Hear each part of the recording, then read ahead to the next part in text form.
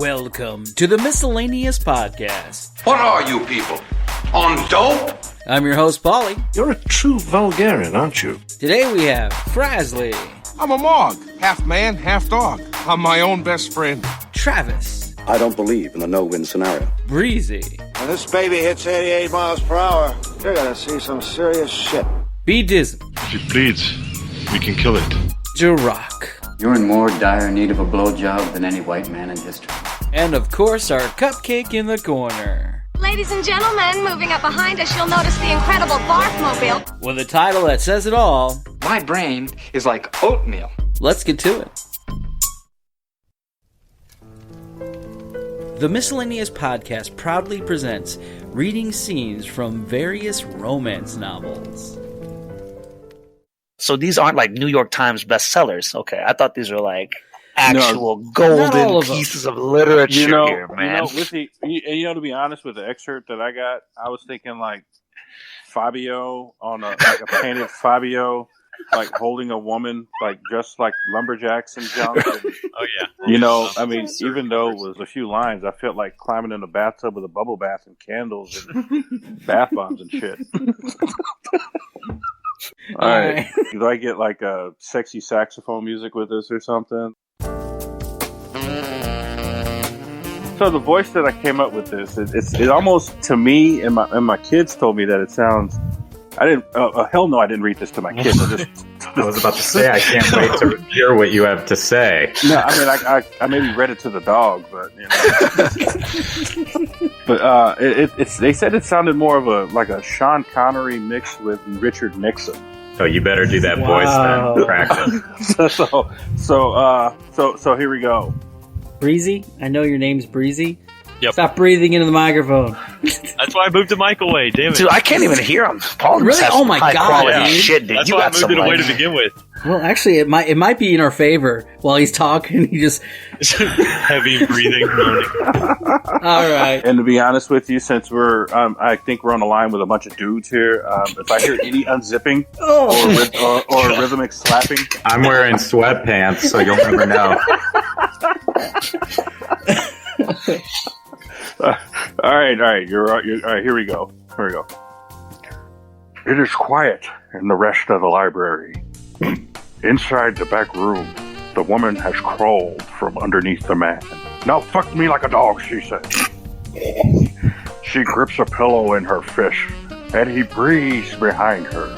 Hot air down her back, which is starting to sweat and slip on his stomach. She doesn't want him to see her face because it is blowing up inside. Red and furious. And she's grimacing at the pale white wall, which is cool when she puts her hand on it to help her push his back into him. Get his dick to fill up her body. Until there's nothing left of her inside. Just dick. That's gold. Tell me that was the end. Go on. That was it, man. Oh, damn, I gotta follow that. Okay. How do you follow up on that? I was about to say I had to follow that. My God. Anyone want to go for me? Mine was The Wind-Up Bird Chronicle by Haruki Murakami. Ooh. And it's actually a Japanese translation. And again, as before, she unzipped my fly, took out my penis, and put it in her mouth. The one thing different from before was that she did not take off her own clothing. She wore Kumiko's dress the whole time. I tried to move, but it felt as if my body were tied down by invisible threads. I felt myself growing big and hard inside her mouth. I saw her fake eyelashes and her curled hair tips moving. Her bracelets made a dry sound against each other. Her tongue was long and soft, and seemed to wrap itself around me. Just as I was about to come, she suddenly moved away and began to slowly undress me. She took off my jacket, my tie, my pants, my shirt, my underwear, and me lie down on the bed. Her own clothes she kept on though. She sat on the bed, took my hand, and brought it under her dress. She was not wearing panties. My hand felt the warmth of her vagina. It was deep, warm, and very wet. My fingers were all but sucked inside. Jesus. And that's the end of it. When you were talking about the tongue, is it bad that I just thought of like the tongue of a cow just like looping around? That's what I was going and, for. like pulling it like grass. So she had her clothes on the whole time. She did have them on the whole time. She had What a Kumuko's fucking dress on. freak. That's like high school shit. God. Remember that? damn. Remember that? Back Yeah, in high man. school, the Yeah. girl would always Yeah. be like, "Take off your Well, shit." dry And you'd be like, "How about you?" No. No, we're just gonna heavy pet here, right through the fabric, see? All right, here's what we're gonna do here. We're not gonna scare each other, you know what I'm saying? You got real Jersey. I don't know how I'm gonna approach this, but I guess it's gonna be more of like a confused thing because this is a strange kind of writing. So I will be reading an excerpt from "The Making of Zombie Wars" by Alexander Heman. She let him in so deep he didn't have to think about her, and therefore he didn't have to think about himself. But of course he was thinking about not thinking about himself. And as he was about to start thinking about himself, she bit his cheek, as if eager to spread the pain, and it hurt, and he loved it. And he could feel the skin was broken, and he started coming, and so did she. The end. What? I guess really short. I guess she was eating his face. I mean, I guess that was like a scene from the Walking Dead. Like, Yeah. You know what? Yeah. Read it again. Okay. If I were to be the protagonist, I'm assuming I'm fucking a zombie right now, right? Is I like fucking that. a zombie necrophilia? Yeah. I think that was being. Well, I mean, it couldn't be necrophilia when it's moving, Necromancy. But it's technically dead? but technically still alive. I mean, We're arguing semantics on zombies. we're all pink on the inside. Oh, maybe not zombies. Though. No, not zombies. It'd be all rotten. Everybody's got a kink. That story proves Don't kink shame me, man. Yeah, this is 2019. You can't do that. Love who you love. Love the one you with. My turn? Yes. Right, here it comes. I will follow you. Go forth, I will back thee. At my axe. Endless Love by Scott Spencer. As soon as her body began to jerk and shudder in response to her climax, I found myself astoundingly moved, as if by choral music that surprises you, or a kiss from behind bestowed by your lover on tiptoes. Jade let out her high, keening call, and I felt an abrupt rush of my semen racing through me like twin rivers, turning with an acidic twist, but not slowing down. I grabbed her back, instinctively afraid she might leave me, and I arched myself towards her as I came. I could sense my pleasure passing through me almost unnoticed, and I tried to fix my entire concentration on it, a perceptual lunge, like trying to discover the silver arc of a shooting star whose dive through the sky just caught out of the corner of your eye.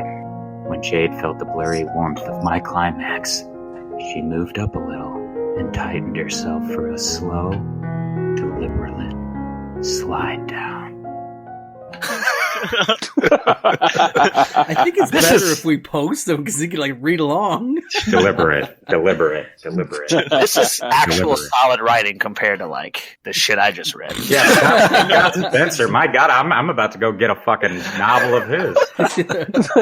I'm gonna get a glass of wine, light some candles, make my bath water. What? Oh yeah, you gotta sell your bathwater. Yeah.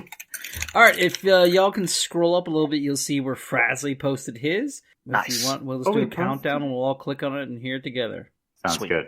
3, 2, 1, click! And she takes the tube of sundown. Holy shit! Squeezes some with her fingers. And then touches herself and motions me to do the same. And I do. After a while, I stop. And I reach over to her. And she stops me and says no. And then I place my hand back on myself. And her hand begins again. And after this goes on for a while, I tell her that I'm going to come, and she tells me to hold on a minute. Oh my God. And she's almost there. She begins to move her hand faster, spreading her legs wider, leaning back against the pillows, and I take the sunglasses off.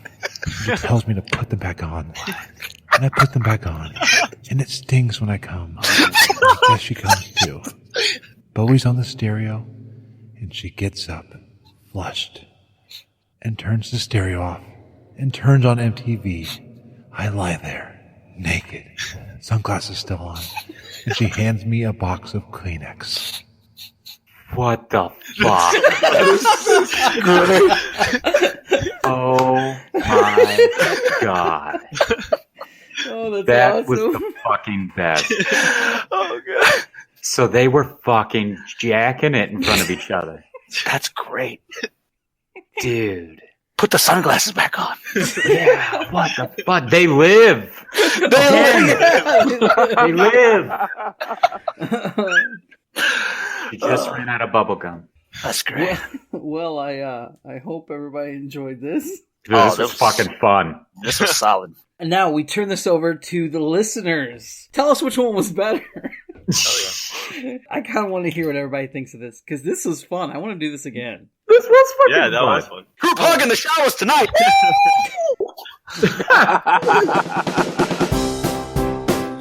God, I even shaved for this today.